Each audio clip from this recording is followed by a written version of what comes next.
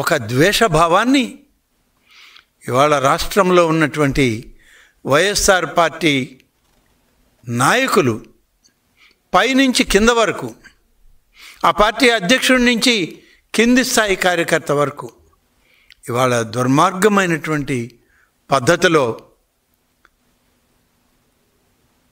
ఈ వ్యవస్థని నిరంతరం విమర్శల పాలు చేయడానికి ఒక ప్రయత్నం జరుగుతూ ఉంది.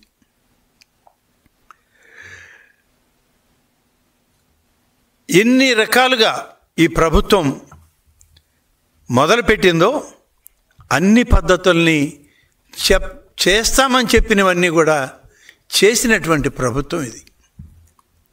అందుకే ఈ సందర్భంలో ఒక్క వాక్యం మాత్రం చెప్పాల్సిన అవసరం ఉంది. వైఎస్ఆర్ కాంగ్రెస్ పార్టీ నాయకుడైనటువంటి జగన్మోహన్ రెడ్డిని, ఆయన అనుచరగణాన్ని దేవుడు క్షమించడు. కలియుగ దైవమైనటువంటి శ్రీ వెంకటేశ్వర స్వామి సన్నిధిలో నువ్వు వైకుంఠం పైనే విషం జిమ్మేటువంటి పరిస్థితులు, జరగనివి జరిగినట్లుగా నీ మీడియాలో, నీ బులుగు మీడియాలో వివిధ రకాలుగా ప్రచారం చేస్తే ప్రజలు నమ్ముతారనేటువంటి ఒక తప్పుడు ఆలోచనని, మార్గాన్ని ఎంచుకున్నారు మీరు. ఇది కొనసాగదు అని చెప్పి చెప్పాల్సినటువంటి అవసరం ఉంది. అందుకని ఈరోజు అనేక దఫాలు గతంలో కూడా చెప్పాము, ఎక్కడికక్కడ చెప్తూనే వస్తున్నాం.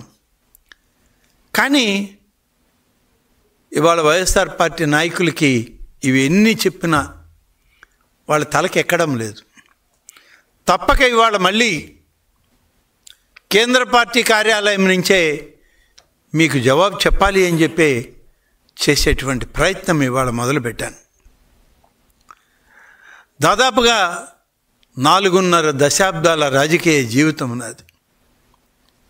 అనేక మంది ముఖ్యమంత్రులతో పనిచేసినటువంటి వ్యవస్థలో ఉన్నటువంటి వ్యక్తిని నేను. కానీ దుర్మార్గం ఈరోజు ఇటువంటి ప్రతిపక్షంకి సాక్షాత్తు వైకుంఠవాసి మీద జరిగే దుష్ప్రచారం మీద జవాబు చెప్పుకోవాల్సి రావడం అనేదే నాకు బాధగా ఉంది. ఎప్పుడు చూడలేదు ఎలాంటి ప్రతిపక్షాన్ని. మేము అధికార పక్షంలో ఉన్నాం, ప్రతిపక్షాల్లో ఉన్నాం, కానీ నిరంతరం 5.5 కోట్ల ఆంధ్రులను పూజించేటువంటి దైవం మీద ఇవాళ ప్రతిపక్షాలు చేసే ఆరోపణలకి సమాధానం చెప్పాల్సిన పరిస్థితి. కానీ ఇటువంటి ప్రతిపక్షం ఉండడం బాధాకరం. రాజకీయ ప్రయోజనాల కోసం, నీ స్వార్థ రాజకీయం కోసం, కేవలం నీ రాజకీయ పార్టీ మనుగడను కాపాడుకోవడం కోసం ఇవాళ దేవుడిని సైతం నువ్వు వదిలిపెట్టకుండా ఒక సైకోలాగా ఇవాళ ఆనందం పొందడానికి దేవుణ్ణి కూడా దూషించే పరిస్థితి వచ్చింది మీకు. ఇవాళ రాజకీయంగా నువ్వు మాట్లాడు, ఎన్ని రకాలుగా అయినా మాట్లాడతాం, చెప్తాం. ప్రతిపక్ష హోదా లేదు కాబట్టి నేను శాసనసభకు రానని చెప్పి ముఖం చాటేసి వెళ్ళిపోయినటువంటి వ్యక్తివి నువ్వు. పాపం నువ్వే కాదు, నీతోటి గెలిచిన 11 మందే, వాళ్ళకు కూడా శాసనసభ మొహం చూసేటువంటి అవకాశమే ఇవ్వలేదు నువ్వు. 11 మంది శాసనసభ్యులు, అందులో సగానికి